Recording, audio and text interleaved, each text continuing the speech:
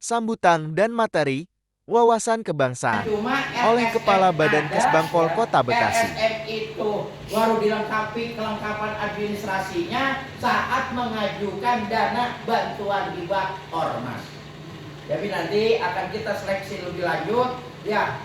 Masa SKT pun akan kami lakukan, kami evaluasi lagi ada masa berlakunya seperti SKT ataupun ya pernyataan dari AHU. Ini juga nanti akan kami rubah dari Kementerian Dalam Negeri bagaimana pengaturan terhadap ormas yang ada. Tentunya ini disesuaikan dengan peraturan Menteri Dalam Negeri nomor 17 tahun 2017 ya, sama juga dengan pengaturan masalah KPU Pak. Ternyata pas kami teliti juga peraturan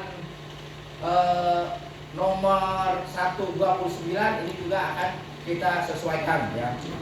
Yang berikutnya, mudah-mudahan ke depan kalau kita menyelenggarakan suatu lain hal, tertib administrasi semuanya bisa dipertanggungjawabkan, bukan seperti saat ini baru cuma sekitar 40-50 juta yang bisa kami berikan, tapi ke depannya ya dengan kemampuan keuangan daerah insya Allah ratusan juta untuk pengembangan organisasi kemasyarakatan.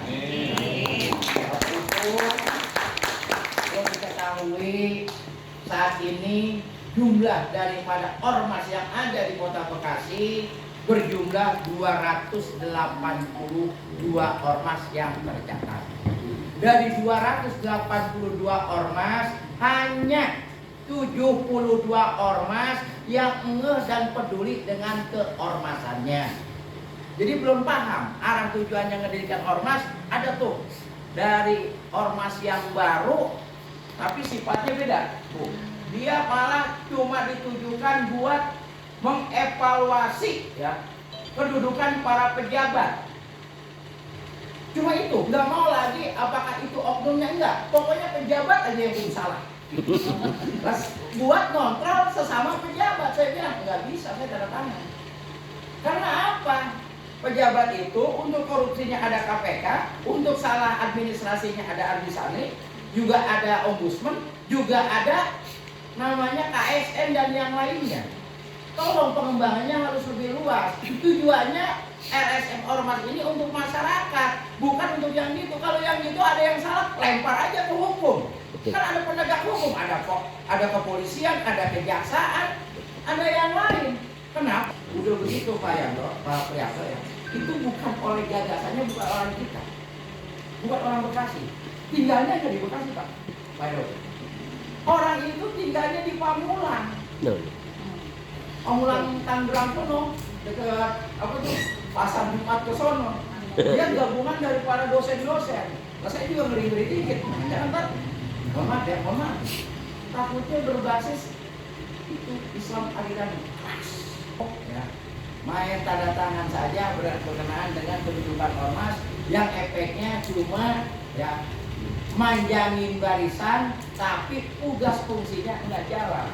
Saya ini ngerawat ormas yang benar-benar ormas punya kemampuan, ormas punya kepedulian. Kalau yang begitu, ayo bersama-sama kita lakukan penguatan ya supaya lebih berkualitas lagi. Kalau kayak kaliber ini wajar untuk terus berkembang dan bakal bisa nahan. Karena begitu saya goreng Pak, langsung saya telepon Pak Kepala BPKD. Jangan maluin, itu teman saya mau ngadain acara besok mau harus dilaksanakan. Kalau sekarang belum, bisa gawat urusannya. Siap, Pak Kaban, saya turutin langsung. Termasuk juga kemarin saya bilang, kalau dana keamanan Ibu Budi, keamanan buat pemilu, itu lambat, nanti akan mengganjal juga yang lain, DAK atau yang lainnya. Mereka hari terakhir itu kemarin. Itu sarjana teknik. Saya itu jebolan teknik sipil.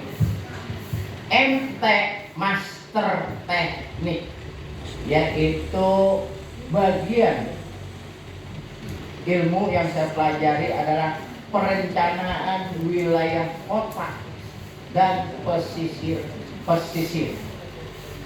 Nah, ini kalau digabungin sama dengan ilmu planologi. Itu adalah pendidikan formal saya. Kalau dari SD, SMP emang beda-beda. Saya itu lahir di Jati Asih. Ya. Tadi Mas nanya, CRP-nya apa Pak? Begitu kan ya. CRP itu karena saya dari camat 6 tahun, 4 tahun di Jati Asih, 2 tahun di Pondok Gede, pindah ke inspektorat, ya, menjadi sekretaris inspektorat. Berapa bulan kemudian menjadi PLT inspektorat, mencapai 1 tahun 8 bulan. Di waktu itu saya gunakan untuk pendidikan. Jadi CRP itu sertifikat risk profesional. Jadi yang mempelajari berkenaan dengan risiko manajemen.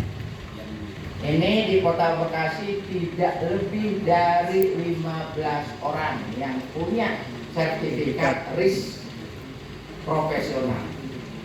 Lalu masih kurang puas, saya belajar lagi dengan pendidikan latihan sertifikat risk management profesional. Ini sekolahnya adanya di Amerika, tapi saya belajar di Balai Sertifikasi Nasional.